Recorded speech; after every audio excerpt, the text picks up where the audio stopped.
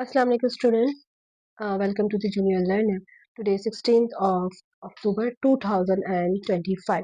Today is Thursday and we have introduced our chapter 1 Introduction to the Biology, in which we have studied the biology and the life process. The third life processes which we are going to study now is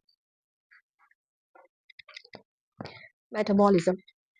Okay, third life process. Two life process we have studied and now the third one is metabolism. Urdu में इसको इस तरह समझो कि sales के बनने और टूटने फूटने के अमल को, ठीक है, सेल्स के बनने और टूटने फूटने के अमल को मेटाबॉलिज्म कहते हैं, ठीक है। अच्छा, इसको हम समझ लो, मेटा मीन्स चेंज होते रहते हैं, टू टाइप्स ऑफ रिएक्शंस हैं, दोनों सेट्स ऑफ रिएक्शन आपस में बनते रहते हैं, तो हमारे बॉडी में सेल्स बनते भी हैं, टूटने से हम गिरते हैं तो हमारी बॉडी के बहुत सारे सेल टूट जाते हैं, लेकिन उसी वक्त जो है नए सेल्स की फॉर्मेशन होती है। तो सेल्स के बनने टूटने का जो प्रोसेस है, दोनों का सेट है केमिकल रिएक्शन का। ये दोनों सेट ऑफ केमिकल रिएक्शंस आपस में फॉर्म होते रहते हैं। यही वजह है कि हमारी बॉडी में जितने भी डैमेजेस होती हैं वो एज सुन एज जो है वो रिपेयर भी हो जाती हैं।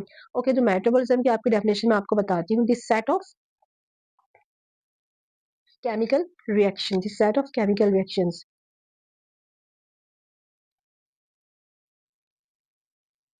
in the body that convert food into energy, ठीक है, to sustain life। अच्छा, आपकी बॉडी में जितना जो खाना पीना का जो अमल है उसकी ब्रेक डाउन हो रही है, ठीक है, और जब ब्रेक डाउन होगी जाहिर सी बात है न्यू सेल्स की फॉर्मेशन होगी, एनर्जी चाहिए उन सेल्स को भी। तो मेटाबॉलिज्म को आप ही समझ लो, set of chemical reaction in the body that convert food into energy to sustain life, ठीक है। There are two types of metabolism, ठीक है, two types of metabolism, one is anabolism and second one is catabolism. First मैं आपको catabolism समझाती हूँ and second one is anabolism. अच्छा, cata means क्या है? कैटा मीन्स ब्रेक डाउन, ठीक है, टूटना फूटना। सेल्स ब्रेक डाउन होंगे तो एनर्जी रिलीज होगी, सेल्स आपस में फॉर्म होंगे तो एनर्जी फॉर्मेशन होगी। दोनों कंडीशन में सेल्स की जो है एनर्जी की रिलीज होनी है, और जो है वो एनर्जी रिलीज जब होती है तो बॉडी इसको एब्जॉर्ब करके आपकी बॉडी में जब ये एनर्जी मिलती है तो आपकी बॉडी वर्क करती है, रिपेयरिंग का काम भी चलता रहता है।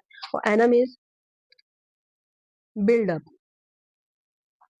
यानी कि बनना, और कैटा मीन्स ब्रेक डाउन, ठीक है। तो उसको और अगर आप डेफिनेशन कोई आपसे पूछे कि व्हाट इज कैटाबॉलिज्म, पेपर में भी आता है कि डेफिनेशन ऑफ डिफाइन कैटाबॉलिज्म, तो आप लिख सकते हो breaking down of food components like CHO, carbohydrate, protein, fats into simpler form, ठीक है। Anabolism means build up, our body is build up or repair.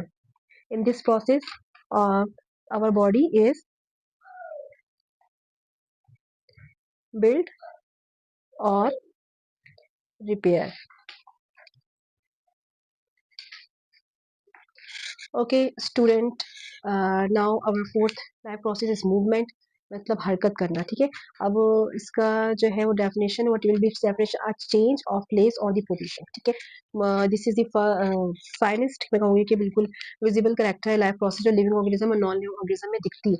तो कोई डिक्शनरी में सामने अगर पड़ी हुई है ना, या फिर ये पेजेस है, this is not in moving condition, ठीक है, तो नॉन लिविंग है।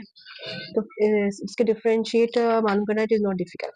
Growth means increase in size of body cell, the process of increasing in size, number of cells, mass in an organism, ठीक है। जब आप देखेंगे किसी भी ऑर्गेनिज्म में ग्रोथ हो रही है तो उसका साइज भी इंक्रीज होगा, साइज इंक्रीज हुआ तो ऑटोमेटिकली नंबर ऑफ सेल्स खुद ब खुद इसके साथ इंक्रीज होंगे, इंक्रीज हो रहे हैं तो तभी साइज में इंक्रीमेंट हो रहा है। और बॉडी का मास भी बढ़ता है, जैसे एक बेबी होती है, ठीक है, तो उसकी ग्रोथ कितनी होती है, छोटी बेबी आप देख रहे होते हैं, फिर वो जब थोड़ा सी बड़ी होती है बेबी तो उसकी बॉडी ऑर्गन्स बढ़ते हैं, फिर साथ में फिर वो यंग होता है तो फिर आप उसके बॉडी ऑर्गन्स देखें। अच्छा, जो ग्रोथ का प्रोसेस होता है वो पूरी बॉडी पार्ट्स में इक्वल होता है, ऐसा नहीं कि एक हाथ छोटा रह गया एक हाथ बड़ा रह गया, ऐसा नहीं होता।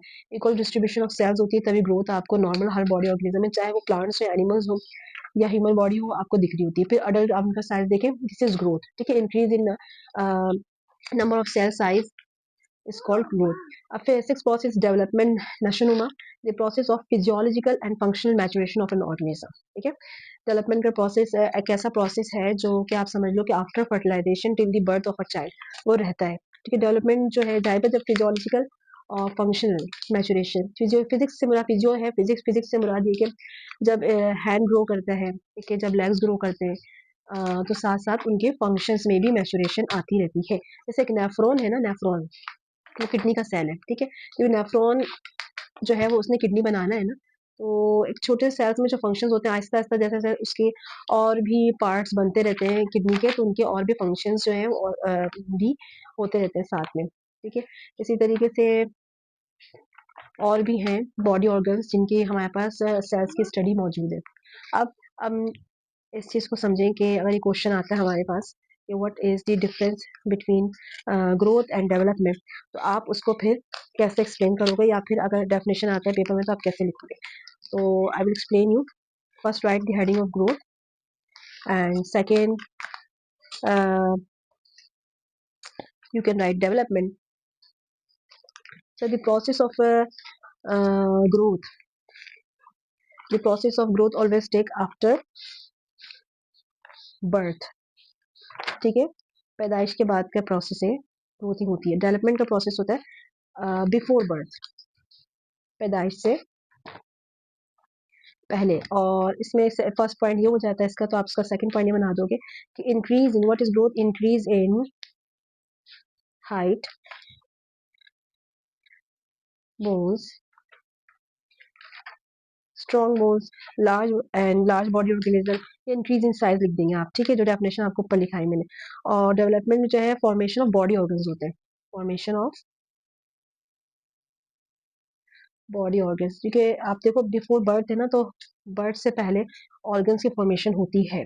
और ये को ग्रोथ जो है ना वो एक्सटर्नल होता है, वो दिखता है आपको, एक बच्चा आपको या कोई प्लांट आपको ग्रो होता हुआ दिखता है, एक चूजे का बच्चा ग्रो होता हुआ, एक चूजा है, एक हैन का बच्चा है चूजा, वो जब ग्रो करेगा जाहिर सी बात है हैन बनेगा, और वो आपको बज़ाहिर इसकी बॉडी इंक्रीज होती हुई दिखती है। जबकि डेवलपमेंट ना आप इंटरनल होती है और वो दिखती नहीं है, वो बॉडी के अंदर हो रही होती है, ठीक है। I think this is enough for today. I hope you will like this life process and must write the definition. Note it down. This definition will be helpful for you in future. Thank you so much.